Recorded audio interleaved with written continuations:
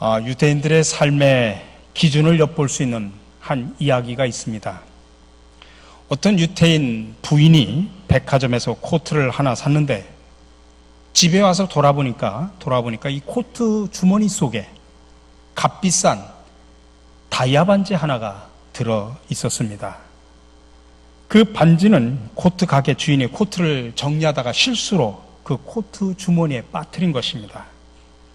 근데 그 코트를 산 유대인 부인이 다이아 반지를 주인에게 돌려주기 위해서 자기 아이와 함께 다시 백화점으로 갔습니다.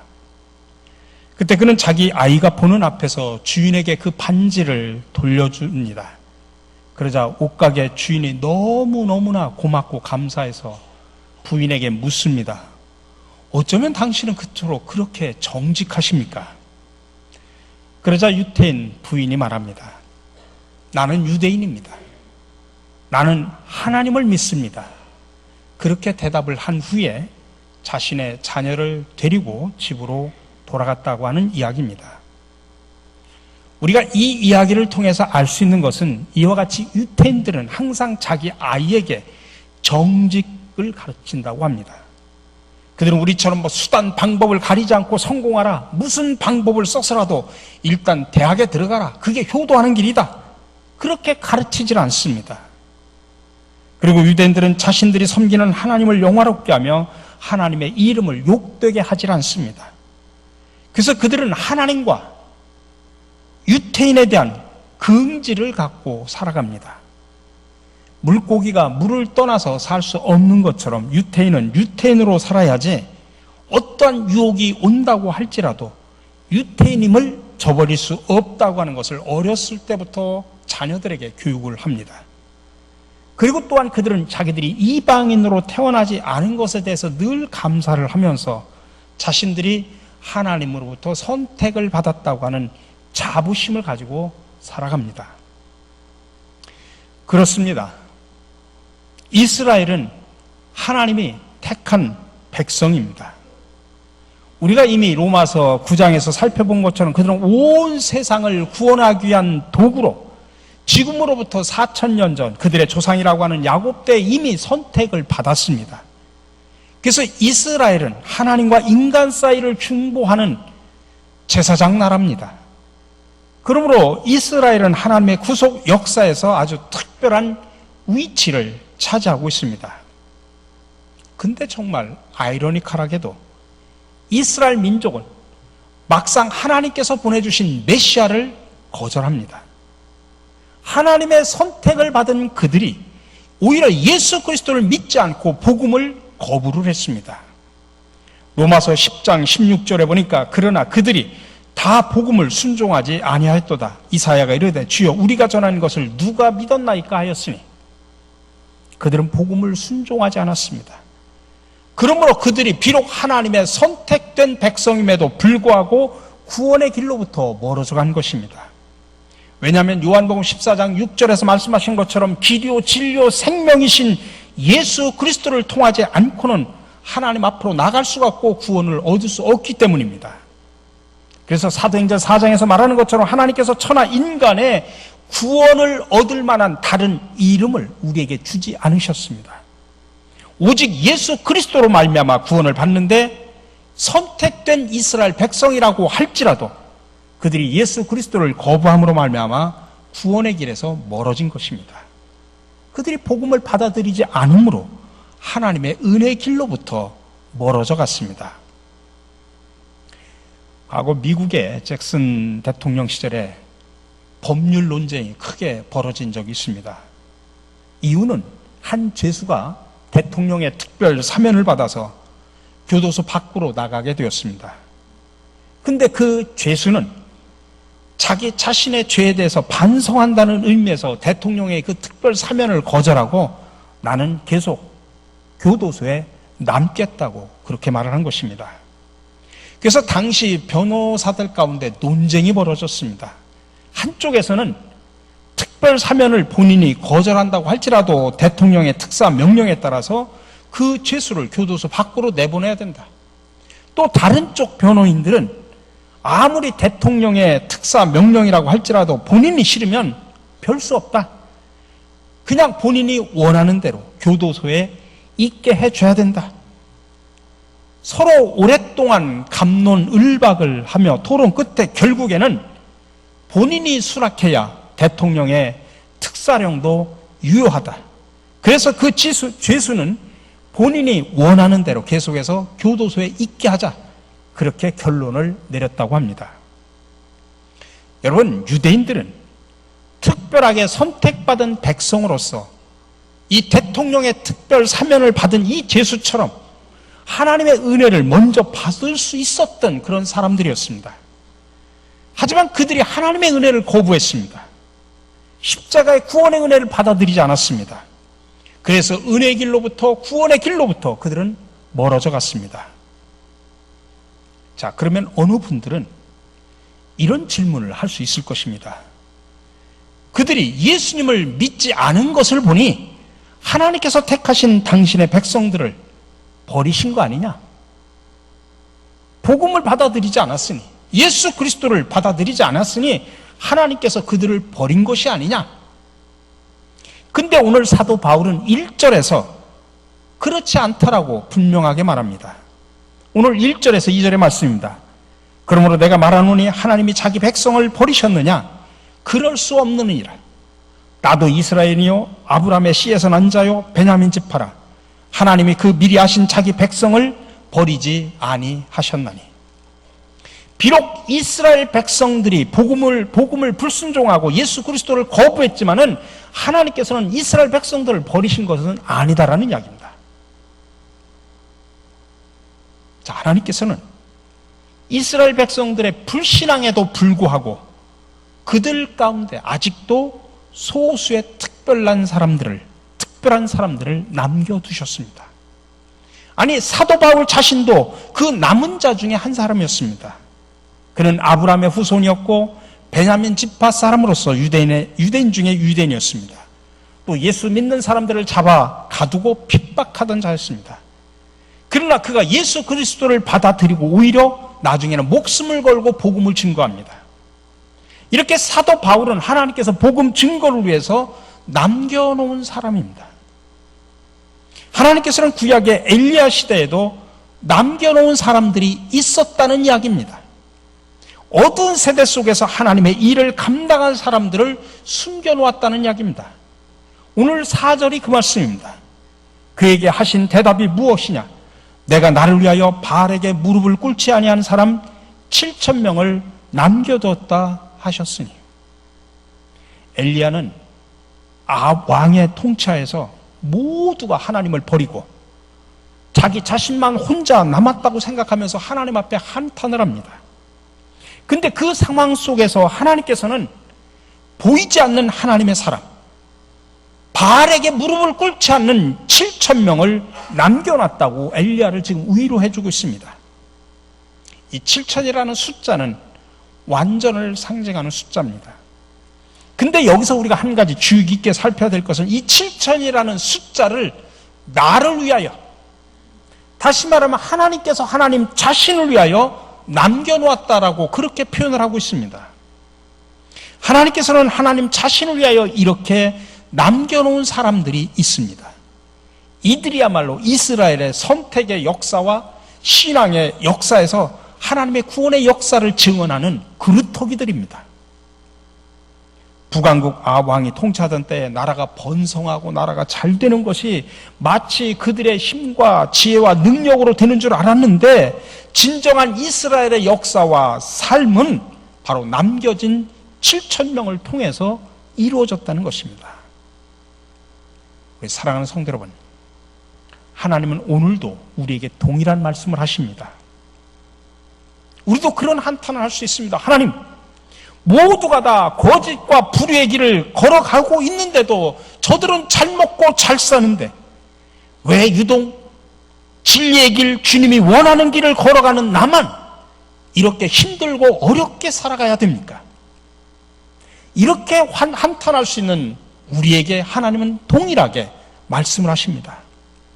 사랑하는 나의 자녀들아, 걱정하지 말라. 내가 나의 구원의 역사를 이뤄가기 위해서 거짓 우상 바알에게 무릎을 꿇지 아니한 7,000명을 남겨놓았노라. 세상의 문화와 세상의 가치관과 세상 것에 무릎을 꿇지 않는 7,000명을 남겨놨다는 이야기입니다. 여러분, 이것이 하나님의 작전이고 하나님의 방법임을 믿으시기 바랍니다. 그러니 여러분, 이 시간 진리의 길을 걸어가다가 힘들고 지쳐가지고 절망하고 계십니까? 모든 사람은 다 떠나고 나 혼자 남았다고 여러분들도 그렇게 생각하십니까? 걱정하지 마시기 바랍니다. 우리가 사방으로 우겨쌈을 당하도 여러분 걱정하지 마십시오. 답답한 일을 당하여도 두려워하지 마십시오. 핍박을 당해도 낙심하지 마십시오. 하나님께서는 하나님의 뜻을 이루어가기 위해 남겨놓은 카드가 있다고 하는 사실을 여러분들 명심하시기 바랍니다. 그 카드는 빛카드인데 세상의 카드하고는 다릅니다. 하나님 나라를 이어가기 위해서 남겨놓은, 바알에게 무릎을 꿇지 않은 7,000명을 남겨놨다는 사실을 여러분들 믿으시기 바랍니다. 그리고 하나님께서는 그 결정적인 순간에 그 카드를 사용하십니다. 결정적인 순간에 그 남겨놓은 자들을 통해서 하나님의 구원의 역사를 이뤄가고 계심을 여러분들 믿으시기 바랍니다.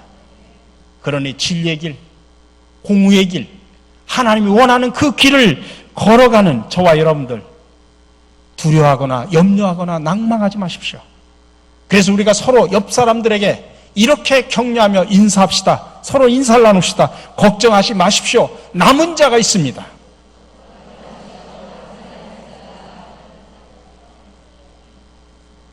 여러분, 성경과 우리의 역사를 통해서 우리가 알 수 있는 것은 하나님께서는 하나님의 뜻을 이루시기 위해서 때마다 소수의 사람들을 남겨놨다고 하는 것입니다. 하나님께서는 대부분 대부대보다는 소수 정예부대를 활용하시는 것을 좋아하십니다. 하나님께서는 요셉을 통해서 70여 명 이상의 가족들을 기근으로부터 구원하셨습니다. 모세와 아론 그리고 여호수아를 통해서 200만 명이나 되는 이스라엘 백성들을 가나안 땅으로 인도하셨습니다. 기드온과 300명의 용사들을 통해서 메뚜기 떼처럼 많은 그 미디안과 아멜렉의 연합군을 무찔르도록 하셨습니다. 바울을 통해서 복음이 유럽으로 전파되었습니다. 마르틴 루터를 통해서 그때 부패가는 교회를 개혁하도록 만들었습니다. 아펜셀라와 언더우드 선교사 같은 이런 소수의 사람들을 통해서 한국 땅에 복음이 들어오도록 하셨습니다. 바로 이들이 하나님께서 인류 구원을 위해서 준비시켜 놓은 남은 자들입니다. 하나님께서는 사람들을 통해서 하나님의 계획을 이루어 가시는데 특별히 소수의 남은 자들을 통해서 일하시고 그들을 통해서 구원해 가심을 믿으시기 바랍니다. 자, 그렇다면 오늘날 하나님께서는 누구를 남겨놓으셨을까요? 다시 말해서 이 시대의 남은 자는 누구일까요? 오늘 5절 말씀에 그 이야기를 합니다. 그런즉 이와 같이 지금도 은혜로 택하심을 따라 남은 자가 있느니라. 한마디로 말해서 하나님의 은혜를 받은 사람이 남은 자입니다. 은혜를 받은 사람이 누굽니까? 바로 저와 여러분이지 않습니까? 저와 여러분들이 하나님의 은혜를 받은 자들이요 또한 하나님의 인류 구원을 위해서 준비시켜 놓은 남은 자들임을 여러분들 믿으시기를 바랍니다. 반면에 은혜를 받지 못한 사람들은 어떤 사람들일까요? 7절 말씀입니다. 그런즉 어떠하냐? 이스라엘이 구하는 그것을 얻지 못하고 오직 택하심을 입은 자가 얻었고 그 남은 자들은 우둔하여졌느니라. 이 말씀을 제가 세 번역으로 다시 한번 읽어드립니다. 그러면 무슨 결과가 생겼습니까? 이스라엘 백성은 찾던 것을 얻지 못하였지만 택하심을 받은 사람들은 그것을 얻었습니다. 그리고 그 나머지 사람들은 완고해졌습니다. 여기서 말하는 남은 자라고 하는 것은 지금까지 말한 바알에게 무릎을 꿇지 않은 그 7,000명 그 남은 자를 말하는 것이 아닙니다. 그 남은 자는 다른 남은 자입니다. 여기서는 하나님의 택하심을 받은 사람들을 제외한 그 나머지 사람들입니다. 그래서 은혜를 받지 못한 사람들이 바로 이들을 표현하는 것입니다. 그들은 굳은 살이 손에 박힌 것처럼 마음에 굳은 살이 박혀서 오늘 표현대로 완고해져서 아무리 귀한 말씀을 들어도 반응을 하지 않습니다. 아무리 기도를 해줘도 전혀 요동하지 않습니다. 그래서 오늘 8절 9절에서 말합니다. 기록된 바 하나님이 오늘까지 그들에게 혼미한 심령과 보지 못할 눈과 듣지 못할 귀를 주셨다 함과 같으니라. 또 다윗이 이르되 그들의 밥상이 올무와 덫과 거치는 것과 보응이 되게 하시었고, 그들은 하나님의 말씀을 보면서도 깨닫지를 못합니다. 하나님의 말씀을 들으면서도 귀에 새기지를 못합니다. 찬양을 수도 없이 들어도 마음에 감동이 없습니다. 그들은 밥상, 다시 말하면 육적인 것에만 신경을 쓰기 때문에 그렇습니다. 물론 우리가 세상에 살다 보면 밥상이 필요합니다. 밥을 먹어야 되죠. 세상 것도 필요합니다. 그러나 영적인 일에는 전혀 관심을 두지 않고 밤낮 없이 밥상만 찾는 사람은 그 밥상이 오히려 그 사람에게 덫이 된다는 이야기입니다. 신령한 것에 관심을 두지 않고 밤낮 없이 육적인 것만 찾는 사람은 그 밥상이 그 사람에게 저주가 된다는 그런 말씀입니다. 한마디로 은혜를 받지 못한 사람들은 마음이 완악해져서 영적인 일에는 관심을 두지 않고 먹고 마시는 것, 즐기는 것에 관심을 두고 살아갑니다. 그러나 은혜를 받은 사람들은 밥상보다는 즐기는 것보다는 신령한 것, 영적인 것에 더 관심을 두고 살아갑니다. 그러다 보니 찬송을 해도 기도를 해도 말씀을 들어도 감동하며 눈물이 줄줄 흐를 수밖에 없는 것입니다. 우리 사랑하는 성도 여러분, 저는 우리 가운데 마음이 완악하여 은혜 받지 못한 분들이 한 분도 없기를 간절히 바랍니다. 말씀을 보는 신령한 눈이 열려지기를 간절히 바랍니다. 진리의 말씀을 들을 수 있는 영적인 귀가 열려지기를 간절히 바랍니다. 하나님께서는 은혜 받지 못한 사람들을 위해서 소수의 사람들을 남겨놓았습니다. 그게 바로 저와 여러분들입니다.